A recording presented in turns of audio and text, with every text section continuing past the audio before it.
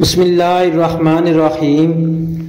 یوں تو سال کے 12 مہینے اور ہر مہینے کے 30 دن اللہ کے پیدا کیے ہوئے ہیں، لیکن اللہ عز و جل نے اپنے پورے سال کے بعض ایام کو خصوصی فضیلت عطا فرمائی ہے اور ان ایام میں کچھ مخصوص احکام مقرر فرمائے ہیں۔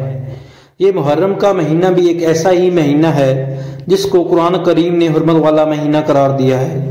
اللہ تعالیٰ نے قرآن کریم میں فرمایا ہے کہ 4 مہینے حرمت والے ہیں، ان میں سے ایک مہینہ محرم کا ہے۔ محرم کی 10ویں تاریخ کو عاشوراء کہا جاتا ہے، جس کے معنی ہیں 10واں دن۔ یہ دن اللہ تعالیٰ کی خصوصی رحمت اور برکت کا حامل ہے۔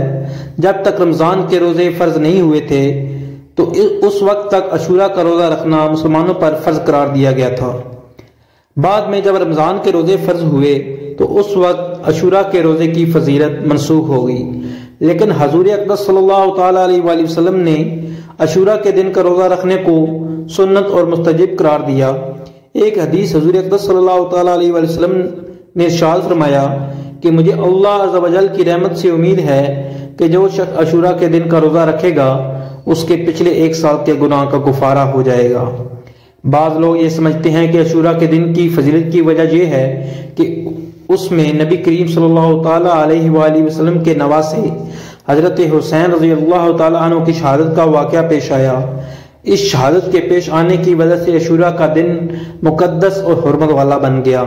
یہ بات صحیح نہیں۔ خود حضور اقدس صلی اللہ تعالیٰ علیہ وآلہ وسلم کے عہد مبارک عاشوراء کے دن مقدس سمجھا جاتا تھا اور آپ نے اس بارے میں احکام بیان فرماتے تھے۔ قرآن کریم نے اس حرمت کا اعلان فرمایا ہے۔ حضرت حسین کی شہادت کا واقعہ تو حضور اقدس صلی اللہ تعالیٰ علیہ وآلہ وسلم کی وفات کے تقریباً 60 سال بعد پیش آیا، لہذا یہ بات درست نہیں کہ عاشوراء کی حرمت اس وقت کی وجہ سے ہے۔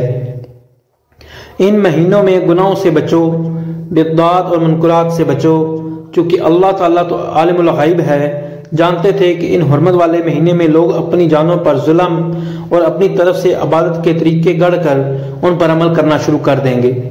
اسی لیے فرمایا کہ اپنی جانوں پر ظلم نہ کرو۔ شیعہ حضرات اس مہینے میں جو کچھ کرتے ہیں وہ اپنے مسلک کے مطابق کرتے ہیں۔